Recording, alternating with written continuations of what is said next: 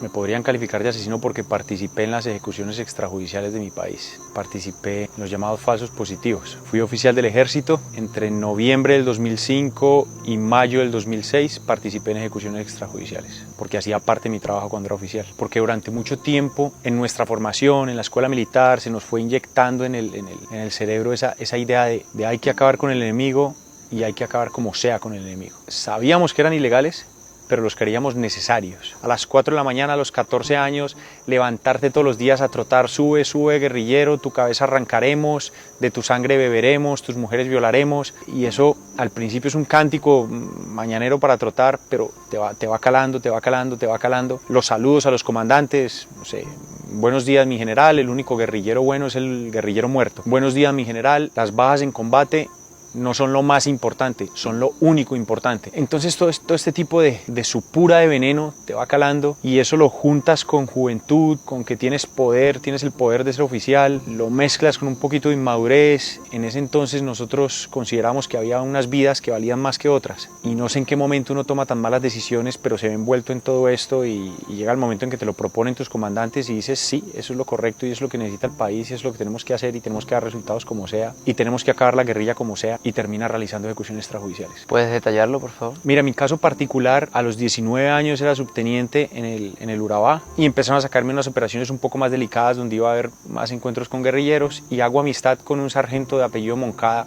a quien quise muchísimo. Y un día estoy de vacaciones y Moncada sigue en el área y me llaman y me dicen que a Moncada lo mataron junto con 5 soldados de la compañía Caldas y lo torturaron, le sacaron los ojos, le cortaron los dedos, lo volvieron a... Vuelvo a mi unidad después del permiso de las vacaciones y el general comandante de la brigada me dice, sabemos dónde vive el guerrillero que participó en la muerte y tortura de Moncada. Y yo lleno de odio, lleno de ira y con la recomendación obviamente pues del general diciéndome ese tipo se tiene que morir, yo digo de una y fui al sitio donde estaba esta persona, lo subimos a un carro, lo tuvimos con nosotros toda la noche y alrededor de las 5 de la mañana un sargento y yo le disparamos. Y yo hoy en día te lo cuento y es difícil y lo veo con horror y con vergüenza y arrepentimiento, pero en ese entonces estaba convencido que ese era el camino. Estaba convencido que si él había participado en la muerte del sargento Moncada, se tenía que morir. Y si la ley no estaba haciendo nada, si no había un argumento legal para que hiciera algo al respecto, lo tenía que hacer yo. ¿Era él el culpable? Agus, fuera culpable o no fuera culpable, era un ser humano y no se tenía que morir. La ley dice que hay que capturarlo, hay que ponerlo a disposición judicial, tiene que ser un fiscal quien abra su caso y tiene que ser un juez al final quien determine si es culpable o no. Pero en ese entonces nosotros nos creíamos que estábamos por encima de la ley. Porque mira, yo hoy en día me avergüenzo no solo de las bajas que di de forma extrajudicial, es decir, de las muertes que causamos, que causé yo de manera extrajudicial, sino también de las que causé en combate. Esas personas que murieron en combate también eran padres, eran hijos, eran hermanos, eran colombianos. Entonces no es tanto el hecho de si era culpable o no era culpable, no, pues era un ser humano que no tenía que morir. ¿Y por qué hay guerra entonces? Porque es un negociazo súper lucrativo, tanto para los unos como para los otros. Porque ayuda a camuflar temas de narcotráfico. La guerra es un negocio gigantesco y se utiliza la ideología del que está abajo como gasolina para que esa rueda siga rodando. La guerra es un montón de peones dándose plomo y los reyes en sus castillos repartiendo ganancias. Es un negociazo. ¿Pasaste por guerrilleros a personas que no eran? Sí pasé por guerrilleros a personas que no eran guerrilleros. ¿A civiles? A civiles. ¿Cómo así? El comandante de la brigada nos marcaba los objetivos. Si esta persona se tiene que morir y nos lo justificaba de palabra. Se tiene que morir porque es una persona que es violadora y porque los paramilitares lo van a ejecutar. Entonces, en lugar de que lo ejecuten los paramilitares, lo ejecutamos nosotros y postulamos un resultado operacional. Y con el tiempo me di cuenta que eran campesinos que simplemente participaron como guías en operaciones del ejército. Y al participar como guías porque conocían mejor el terreno, habrían visto o habrían escuchado cosas que no tenían que ver o escuchar. Y por eso se tenían que morir. ¿Y cómo te hace sentir eso hoy día? Cuando la gente estornuda, aquí en Colombia se les dice salud. Y si estornudan 3 veces, les dice salud, dinero y amor. Y la mayoría de personas fantasean con eso. Fantasean con ganarse la lotería, con tener dinero. Fantasean con amor. Ojalá me pare bolas esta, ojalá me pare bolas este. Y los menos afortunados fantasean con tener una mejor salud. Yo fantaseo con devolver el tiempo. Yo cuando me voy a dormir y dejo que la mente vuele, fantaseo con que estoy volviendo atrás. Y le digo a mi yo más joven, hey, esto no es. Este no es el camino. No es por acá. Eso se puede llamar arrepentimiento o una carga de culpa. El lastre de culpa que que cuando participo en una competencia y me la gano, te están poniendo una medalla, dices, sí, pero no me la merezco. En el momento en que le pedí matrimonio a mi esposa y me dijo que sí, genial, me dijo que sí, pero no me lo merezco. Así me hace sentir eso. Es complicado lidiarlo, pero no puedo volver el tiempo atrás y lo desearía. Juan Esteban, usted es un hijo de la grandísima puta. Es algo que te querría decir mucha gente. ¿Qué le dirías tú a esas personas? Me lo han dicho. Una madre una víctima de falsos positivos me lo dijo. Pues, hay algo en lo que estamos de acuerdo, pero ¿qué opción tengo? Es decir, ya estoy acá. Se firmó un acuerdo de paz que me otorgó unos beneficios. Y yo tengo dos opciones: esconderme, meter la cabeza entre la tierra, quedarme en casa y disfrutar de la libertad que me dieron por acogerme a la Jurisdicción Especial para la Paz, o dar la cara y reparar y tener todos estos problemas y aceptar que hay un montón de gente que me diga que soy un grandísimo hijo de puta. Yo opté por la segunda. Y la mayoría de personas que han sufrido a raíz del conflicto y me han dicho que soy un hijo de puta, hoy en día somos amigos y trabajamos juntos por paz. Hoy en día están conmigo en el bus de la reparación, y que aquellas personas que no las ha tocado el conflicto o que incluso han participado del conflicto y han sido también villanos de este cuento de terror, esos son mis detractores. Al que a lo mejor no le conviene o le pica un poco que yo hable, o que yo esté reparando, o que yo hoy en día me dedique a restaurar el tejido social que fue impactado negativamente en el conflicto. La opción que yo tomé fue esta: dar la cara y reparar. ¿Cómo? Actualmente yo tengo una fundación, se llama la Fundación Fraterno. Reparamos víctimas de conflicto armado. Hacemos todo a través de actividades deportivas. Es lo que yo sé hacer deporte, soy deportista. ¿Por qué decidiste dedicarte a la reparación? Yo diría que me dedico a la reparación porque así la vida me lo condujo. Y al fin entendí que era mi propósito de vida. Hay buenas personas que pueden hacer cosas horribles y hay una mierda de personas que pueden hacer cosas maravillosas. El deporte no repara en sí, pero sí puede ser un vehículo que genere reparación. ¿Pero por qué te dedicas a la reparación? Yo creo que es la manera de repararme a mí mismo. Y es que es muy difícil levantarte todos los días, mirarte al espejo, cepillarte la boca y caerte mal. Y reprocharte y odiarte. Porque te toca vivir contigo mismo. Todos los días te toca convivir. Y quien se cagó mi vida fui yo.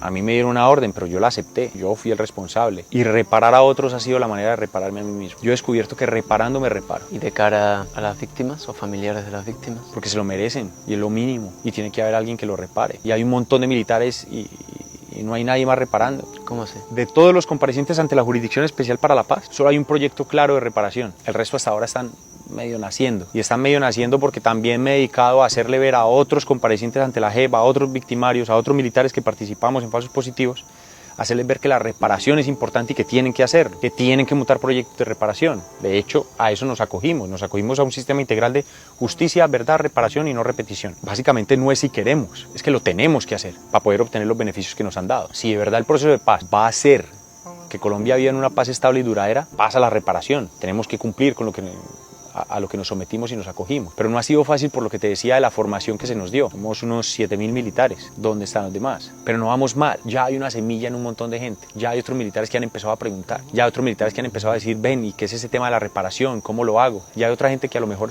ha empezado a decir, ¿cómo hago para reunirme con mis víctimas? Ya hay algún militar que me ha dicho, yo escuché la carta que tú escribiste a las víctimas, yo quiero hacer algo similar. ¿Usted se la haría llegar a mis víctimas? Entonces diría que hay más gente que vive con remordimiento. Todos. Con dolor. Todos. Con Todos pena. que participamos en esto, todos. Y con miedo, todos. Y no estamos hablando de miedo a que me silencien. Estamos hablando a miedo a mirar atrás y decirle a tus hijos, yo participé en esto. A tu familia, o a tu esposa, a tus padres. La verdad es que pues yo sí participé en estas ejecuciones extrajudiciales. ¿Cómo se hace eso? Eso sí merece una medalla al valor. Eso es difícil. Hace poco yo hablaba con unas personas y les decía, ¿qué es lo más grave que pueden haber hecho? Y te lo digo a ti, Agustín, ¿qué es lo más grave que puedes haber hecho? Ser infiel, robarte algo, pasarte un semáforo en rojo, no sé, agravémoslo, inventar un chisme de alguien, falsificar una firma, un documento. Pero matar a alguien. Y luego yo te digo algo, ¿cuántas veces nosotros hemos ido a buscar a una persona y decirle, quiero pedirle perdón porque yo estaba hablando mierda de usted, yo me inventé un chisme? Eso no lo hace nadie. Y es complicado ir a decirle, papá, le saqué 2.000 pesos de la cartera. ¿Cuántas personas son capaces de ir a decirle a otra, ¿sabe qué? Usted al principio me caía mal y yo hablaba mal de usted. Yo soy un chismoso, yo inventé chismes sobre usted. Eso es un tema delicado, que la gente casi no reconoce ser chismosa, ni mentirosa. Yo inventé una mentira. ¿Cuánta gente mataste en combate y extrajudicialmente? Extrajudicial, 4. Combate. Unas 11. ¿Cuántos años te cayeron? Tengo una condena de 31, otra de 29 y otra de 45. ¿Cuántos cumpliste?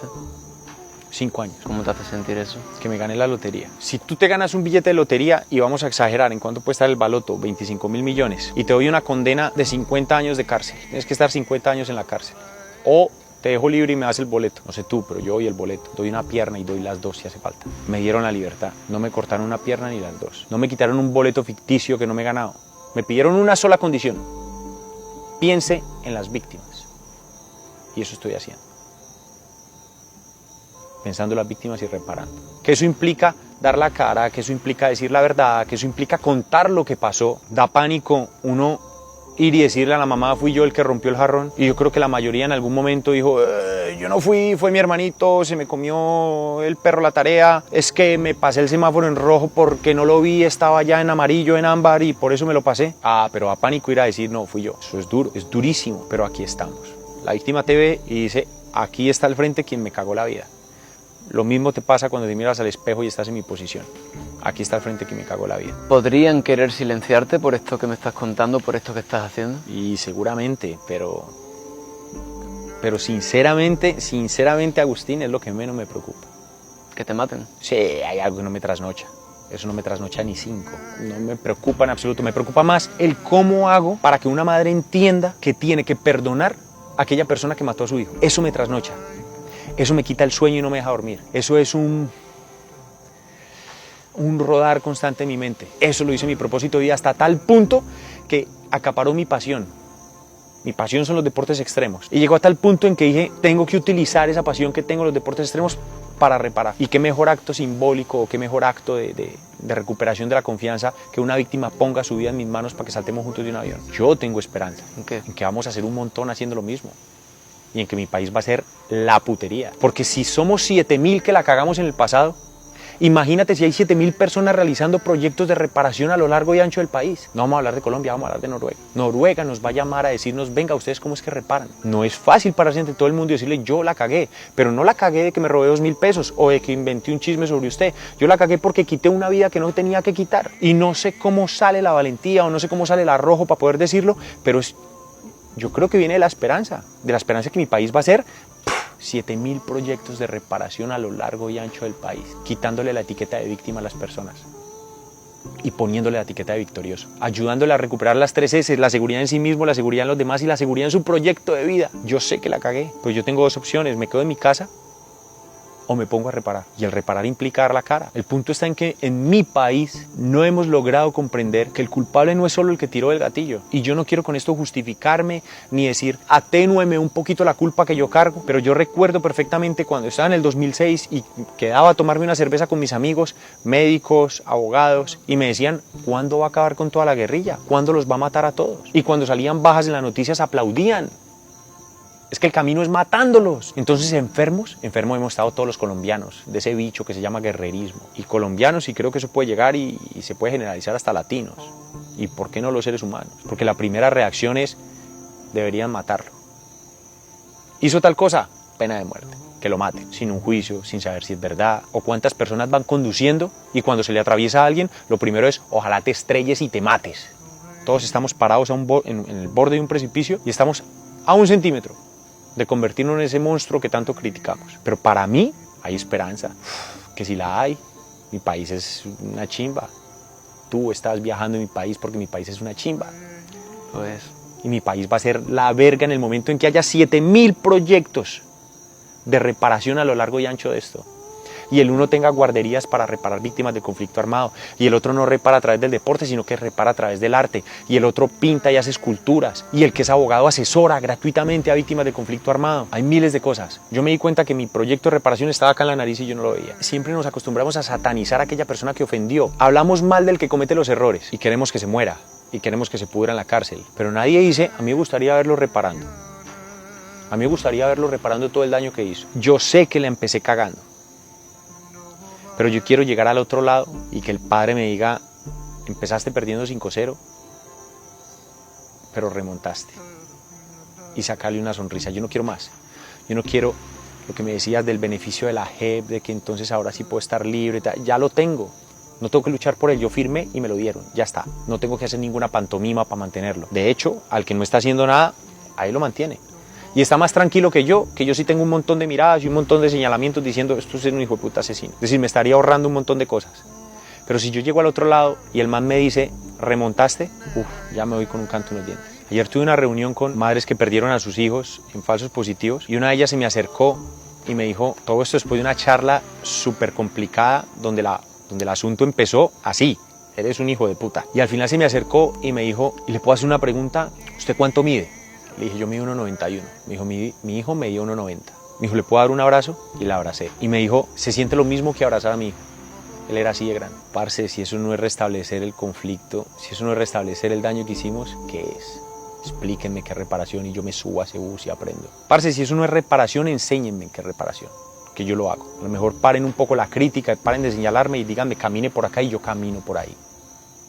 Porque la verdad estoy solo en este tema. Pero la gente está más interesada en el charco de sangre, en el morbo, en el chisme, en el, estoy conociendo a alguien que quitó una vida, que en el qué podemos hacer para restablecer mi sociedad. Díganmelo. Y mira, se me pasó esa respuesta, pero cuando me dijiste, hay mucha gente que le gustaría decirte, usted es un hijo de la gran puta. Genial. ¿Qué les diría? Enséñeme cómo no serlo. Que yo me subo a ese bus de una. Dígame cómo reparo. Yo lo estoy haciendo como puedo, como me nace, como me dice el corazón. En el primer conversatorio que yo tuve con víctimas, no había terapeutas ocupacionales. Estaban las víctimas, 6 de ellas y yo. Y aprendí que para reparar lo que uno tiene que hacer es sacarse el corazón, ponerlo encima de la mesa y quitarse las estrellas. Complicadísimo es eso, complicadísimo. Porque implica quitarse tus orgullos. Implica decirse a sí mismo, este es mi lugar. Y te iba a contar que cuando yo estaba detenido, yo dormía 40 minutos, 30 minutos, hasta que por fin comprendí que ese era mi sitio. Y empecé a agradecer por estar en la cárcel. El médico debe estar en el hospital, el abogado en los juzgados. Mi sitio es la cárcel y aquí debo estar. Y debería estar peor. Cuando comprendí que ese era mi sitio, empecé a dormir. Empecé a aceptar que puedes hacer 1000 cagadas en tu pasado. Pero el presente no está escrito. El presente está para uno asumir lo que está viviendo y le puedes dar la vuelta para tener un mejor futuro. Por más cagadas que tú hayas hecho en el pasado. Yo sé y soy muy consciente que lo que estamos aquí hablando son temas muy pesados, fuertes, serios, dolorosos, pero también soy consciente que cada persona que escuche esto en algún momento lo puede trasladar a sí mismo. A lo mejor no quitaste una vida, pero no has sido capaz de pedir perdón, no has sido capaz de restablecer ese vínculo con tus padres y hace rato no le hablas. Y estás esperando que sea él el que dé el primer paso. Y lo de quitarse las estrellas y dejar el orgullo atrás, complicado, asusta, da miedo. Tiemblo. Yo he temblado más cuando estoy a punto de hablar con una víctima, pedirle perdón o explicarle quién soy, que parado al borde de un precipicio o al borde de un edificio para hacer un salto base. Me da más miedo lo otro. Me da más miedo decir la verdad, pedir perdón. ¿Qué hace falta para que haya verdadera paz en Colombia? Que se diga la verdad de lo que pasó y el porqué, y que haya una voluntad de reparación. Ninguna de las dos necesita dinero. Es por eso que casi no se implementa y no se hace. A mí no me cuesta nada decirle a una víctima, lo hice por A, B y C, aunque te suene mal, pero fue por eso. Aquí se les ha dicho a madres que perdieron sus hijos, es que sus hijos no estaban recogiendo café, es que sus hijos eran malandros, es que sus hijos robaban y los pelados eran simplemente gente humilde. Se les ha negado partecitas de la verdad. Decir la verdad no requiere dinero. Pero requiere una valentía tremenda. Y bueno, muchos nos jactábamos de ser muy valientes, ¿no? Mucha gente dice, bueno, lo entiendo, lo comprendo, pero no, esos errores son de una magnitud muchísimo mayor a los míos. Pero cógelo para los tuyos. Ayuda a los demás. Y es curioso que, al menos aquí en mi país, desde que estoy en esto, tengo menos retractores, tengo menos gente que me odia. Y he salido a dar la cara y a decir, yo participé en esto, yo la embarré y estoy tratando de corregirlo. Y voy a dedicar mi vida completa a corregirlo. Tengo 37, que tenga suerte y viva hasta los 67, son 30 años para corregir lo que hice en un año. Pero todos somos el lobo en un montón de cuentos. Todos somos el lobo y una caperucita. Todos somos victimarios. Yo estoy seguro que para alguien todos somos la peor persona que han conocido. Reparen, no es difícil. No es difícil viendo la teoría, ¿no? Yo he descubierto que las víctimas perdonan, pídeles perdón y busca repararlas. Y no hace falta reparar metiéndose la mano al bolsillo. Hace falta reparar poniéndose la mano en el corazón, poniéndolo encima de la mesa y diciendo la verdad de por qué fue lo que ocurrió. Muchas veces las víctimas lo que quieren es saber la verdad, el por qué. ¿Cuántas amistades no perdimos por no decir la verdad?